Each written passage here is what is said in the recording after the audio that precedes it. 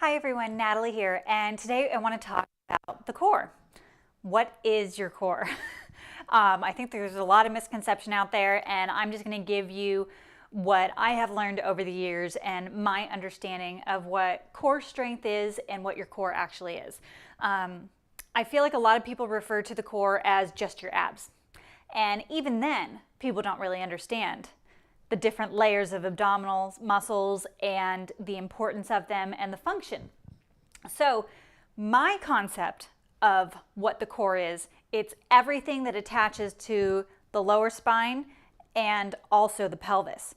And the reason I include the pelvis is because when you look at the body, when you really stand back and look at, the overall length of the body, what is the midsection of your body? It's all of this, including the inner thighs, outer thighs, the pelvic floor, not only the abdominal muscles, but all the muscles that wrap around to the back. This whole section is the most unstable portion of your body. We've got the rib cage that holds the upper back and the spine together, so that's a lot more solid.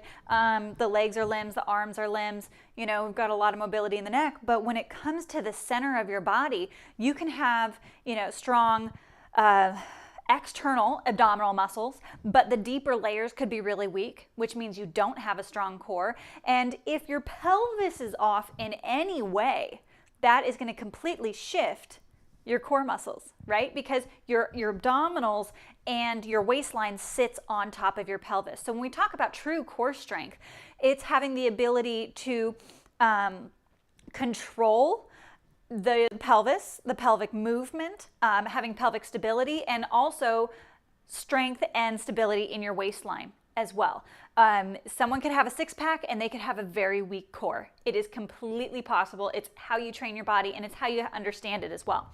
So I have a few pictures because I feel like it's so much easier to kind of see what's going on in the body when you've got pictures. But let's see if we can get a good clear picture. Okay, so this is just the pelvis, and you can see how the pelvis is two floating bones and the legs attached to it. Now the pelvis, because it is comprised of two bones, and then the sacrum, which is the base of your spine, connects into it and the legs come out, the pelvis can actually slip and slide. It can go up and down, it can flare in and out, and it can also rotate. So if the pelvis is shifted, then there's some instability going on with that portion, and everything below and above it is going to be affected. You look at the spine. Here's a great little picture. Look at all those vertebrae in the lumbar spine and in the low back that are just free floating and sitting on top of each other. There's so much mobility. Most of us have a lot of arch and tilt in that low back area and in through the waistline. That can create chronic low back pain as well. Going into the abdominal muscles a little bit. So here's the six-pack abs. Those are actually the most superficial. They're on top. They're great for forward flexion, and they're great for the summer when you want that six-pack ab to show it off, but they're not super functional for the everyday person.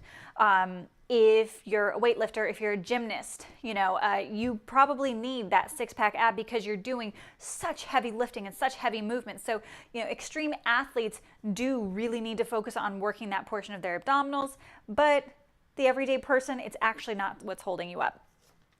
We have the internal and external obliques. Those kind of run on the diagonal coming up and down. Those are great for side bending, all of our twisting, rotation. And here's a couple pictures. This is just a side view of how those attach up to the ribs and down to the hip. And another one here. You can kind of see that variation. And there's another layer of the obliques. And then the deepest layer of your abdominals, which is by far, in my opinion, the most important, is your transverse abdominal. It's called transverse because it actually runs in the transverse plane across your waistline. So it's like a corset. It wraps here, and it is the only abdominal muscle attached to fascia that attaches to your back. So it's the one muscle in particular that is going to help reduce your chronic low back pain. If you don't have good core strength, and if you're not training yourself to pull your belly button in and engage your core, what you're going to end up doing is dumping your gut forward and then you're going to have some compression in the low back. And so most low back pain that I come across is from this. You know, there could be some other structural abnormalities. Maybe you do have a herniated disc, maybe you have degenerative disc disease or something else going on in the back. But for most people that just have everyday chronic low back pain, it is because they are not engaging their transverse abdominal. This kind of shows side view of the transverse abdominal and how it runs, you know, across the body. So by far the most important one to remember. And then kind of moving our way down, looking at the legs. So this is the lower body. Look at all of these muscles that are attached to at the thighs. There is so much there. So many layers of your quadriceps, your layers of adductors on the back. Your legs are so important. There's so much. You know, your feet are connected into the ground, and that is what you're on every single day.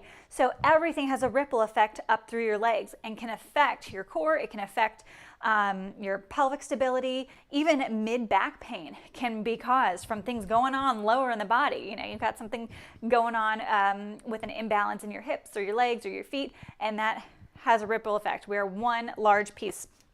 And the last thing I wanted to talk about when it comes to core strength is also your pelvic floor. So this one I think a lot of people miss, and particularly for you guys out there, you men, I have found that most men have an extremely weak and inhibited pelvic floor. Your pelvic floor is all those muscles that kind of fit together and are on the underside and inside of your pelvis. It's what holds all your organs up into your body. We've all got these muscles. This is actually a book called The Female Pelvis. I'm going to show some pictures out of this because it's kind of hard to find pelvic floor muscle pictures elsewhere. So this is anatomy of a female, but it goes the same for men. You can see here that there's a lot of different layers going on, layers that run across, that run down, that also wrap around in a U shape. You can kind of see here, we all have these muscles surrounding our anus, surrounding our colon and our rectum. And, you know, these are very, very important, and they're actually a huge part of your core. If you can learn how to engage some of these muscles and actively turn them on, they are very strongly interconnected into your transverse abdominal muscles. And if you have a weak core, by starting to work on some of these, in addition, all of these need to be worked on, and they need to be worked on in a way that you're aware of it. It's one thing just to go through the motions in a group fitness class. It's another thing to actively imagine in your mind and trigger something to happen in your body, where when you're doing your core work, you're also thinking about slightly drawing your inner thighs in, narrowing your pelvis, and lifting your pelvic floor slightly up into your body while you pull your navel in towards your spine. You know, all of those things suddenly create this pull in where you have a lot more control and a lot more power over your entire core.